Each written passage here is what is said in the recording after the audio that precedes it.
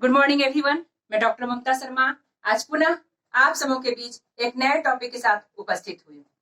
आज का टॉपिक का नाम है अल्बर्ट बंडूरा का सामाजिक अधिगम का सिद्धांत, बंडूरास सोशल लर्निंग थ्योरी। बंडूरास ने अपने सिद्धांत के अंतर्गत बच्चे और बच्चे के खिलौने पर प्रयोग किया गया है। सर्वप्रथम बच्चों को कक्षा के अंतर्गत एक फिल्म दिखाई जाती है जिसमें तीन तरह के फिल्म दिखाए जाते हैं। पहला फिल्म होता है आपका हिंसात्मक प्रवृत्ति का फिल्म, दूसरा आपका होता है स्नेह संयुक्त और पारिवारिक वातावरण का फिल्म, और तीसरा होता है उदासीन, न हिंसा न अहिंसात्मक, उदासीन बिल्कुल वह रहता है, उस तरह के फिल्म की चर्चा की गई है। तो देखा गया कि 50% जो बच्चे होते हैं वह हिंसात्मक प्रवृत्ति के फिल्म को पसंद करते हैं, जिसका सबसे बड़ा कारण यह है जब उसका आकलन किया गया, मूल्यांकन किया गया, सर्वे किया गया तो पता चला कि जिस वातावरण में रहता है, जिस माहौल में रहता है, वह हिंसात्मक प्रवृत्ति के वहां लोग रहते हैं, इसलिए बच्चे हिंसात्मक प्रवृत्ति के फिल्म को पसंद किए।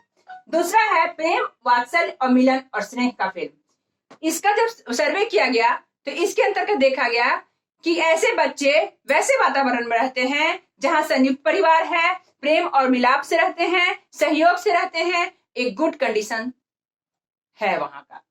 और तीसरा है उदासीन। इसमें 20% जिसने बच्चे ने इंटरेस्ट लिया है, इसमें ऐसे वातावरण से वो बिलोंग्स करते हैं जहां के पेरेंट्स और लोग अपनी अपनी दुनिया में सभी व्यस्त हैं, अपने ड्यूटी में व्यस्त हैं, अपने मोबाइल में व्यस्त हैं, अपने लैपटॉप में पसंद है, उनको पता ही नहीं है उनके समाज में, उनके परिवार में, उनके घर में क्या हो रहा है। वैसे उदासीन बच्चे इस तरह की कैटेगरी में आते हैं। साथ ही साथ एक उसे फिल्म दिखाई जाती है जिसके अंतर्गत एक गुड़िया के साथ एक व्यक्ति खड़ा है और वह व्यक्ति उस गुड़िया के साथ अभद्र व्यवहार कर रहा है, उसके बालों को नोच रहा है, उसे हथौड़ी से पीट रहा है, उसे तोड़ फोड़ मरोड़ रहा है। फिल्म के बाद बच्चों को वह गुड़िया दी जाती है।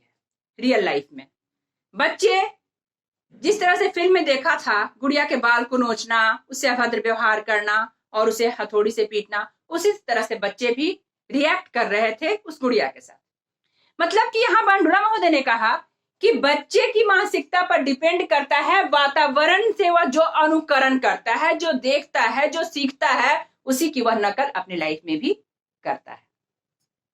यानी कि बच्चा जो है सामाजिक जैसा परिवेश होगा वैसी चीजों को सीखेगा, जैसी चीजों को वह देखेगा नकल करके वह चीजों को सीखेगा, जैसी माहौल में वह रह रहा है उसी के अंतर्गत वह चिंतन करता है, मनन करता है, थॉट्स तैयार करता है और सोचता है, और वैसी चीजों को वह देखना ही पसंद करता है जिसके अनुसार से उसकी बिहेवियर तैयार हो जाते हैं, और उसी के अनुसार बड़ों के द्वारा भी उसको निर्देशित किया जाता है, निर्देशन दिया जाता है, गाइडेंस किया जाता है, और लास्ट में बच्चा अपने बड़ों के निर्देशन और गाइडेंस के अनुसार अनुकरण करके अपने कैरेक्टर को डेवलप करते हैं। तो अपने प्रयोग के अंतर्गत अल्बर्ट महोदय ने 4 चरण को बहुत ही महत्वपूर्ण बताया है, जिसके अंतर्गत बच्चे समाज में मूव करके चीजों को सीखते हैं और अपने कैरेक्टर को बिल्डअप करते हैं। फर्स्ट है आपका एकाग्रता, अटेंशन। सेकेंड है स्मरण, रिटेंशन। थर्ड है पुनर्उत्पादन, रिप्रोडक्शन। एंड फोर्थ है अभिप्रेरणा, मोटिवेशन। यानी कि एकाग्रता, बालक किसी चीज को सीखता है तब तक नहीं बढ़िया से सीख पाएगा जब तक उसमें एकाग्रता नहीं होगी, कंसंट्रेशन नहीं होगा।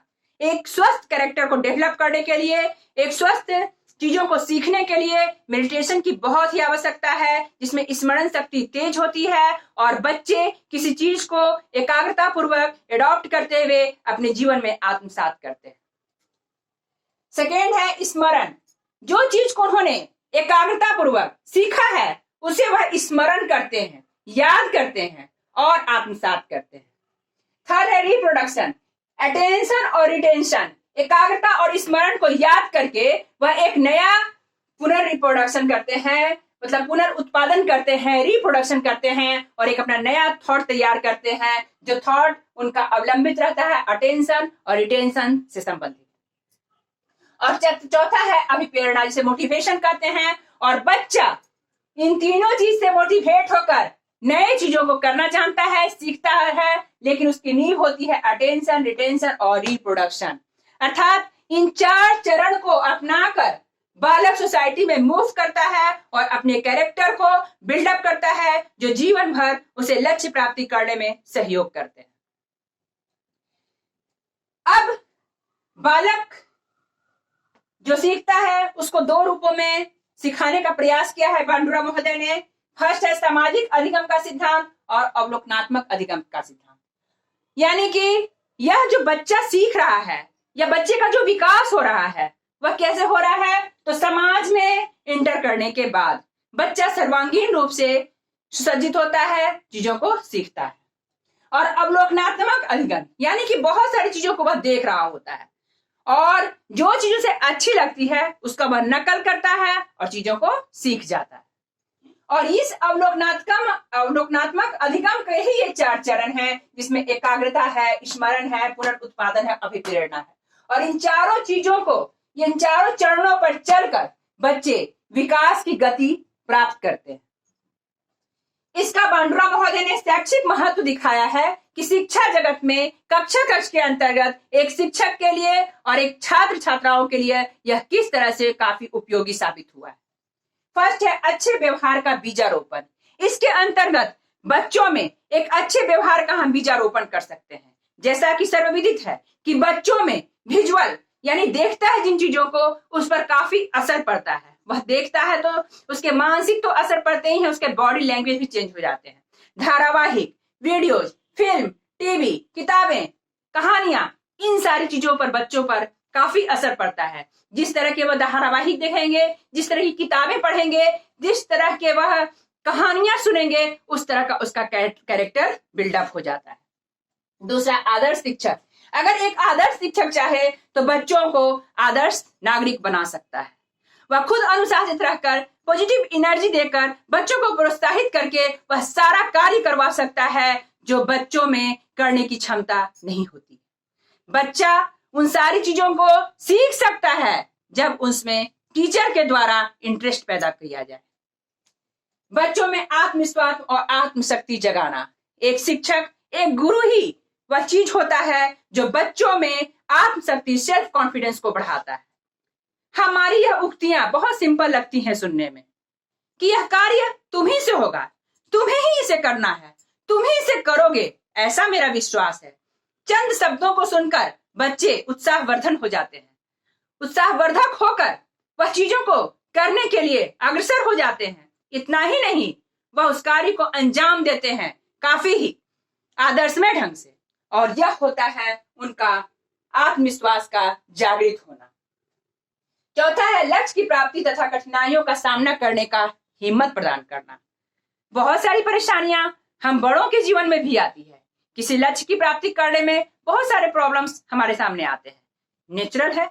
बच्चों के सामने भी समस्याएं आती हैं, लेकिन एक शिक्षक अगर चाहे तो उनकी समस्याओं का निदान करने के लिए उसमें आत्मशक्ति बढ़ा सकता है, सेल्फ कॉन्फिडेंस बढ़ा सकता है, ताकि वे अपने फेलियर्स को, अपने कठिनाइयों को, अपने प्रॉब्लम्स को एक चैलेंज के रूप में ले सके और सारी समस्याओं का निदान करके लक्ष्य की प्राप्ति सही रूप से कर सके। और अंतिम में है बच्चों के अंदर रुचि पैदा करना, इंटरेस्ट। यह तो बहुत जरूरी है। जब तक किसी व्यक्ति में इंटरेस्ट नहीं होगा वह किसी कार्य को ना तो सीख सकता है ना तो कर सकता है। बच्चों में भी यही देखा गया है। जब तक हम उसमें इंटरेस्ट पैदा नहीं करेंगे, बच्चे किसी चीज को सीखने के लिए तैयार नहीं होते हैं। और बच्चों का इंटरेस्ट कैसे होगा? बच्चों का इंटरेस्ट होगा जिस चीज को पढ़ा रहे हैं, जिस टॉपिक के बारे में जानकारी दी जा रही है, उसकी संपूर्ण जानकारी बच्चों को दी जाए।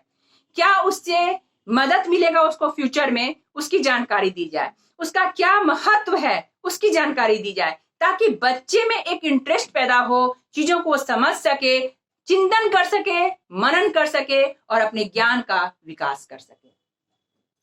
तो यह था अल्बर्ट बंडुरा का सामाजिक अधिगम का सिद्धांत। मैं उम्मीद करती हूं आप अच्छी तरह से समझ चुके होंगे। इससे संबंधित अगर किसी तरह की कठिनाई होगी तो आप मुझसे कांटेक्ट कर सकते हैं। Thank you very much.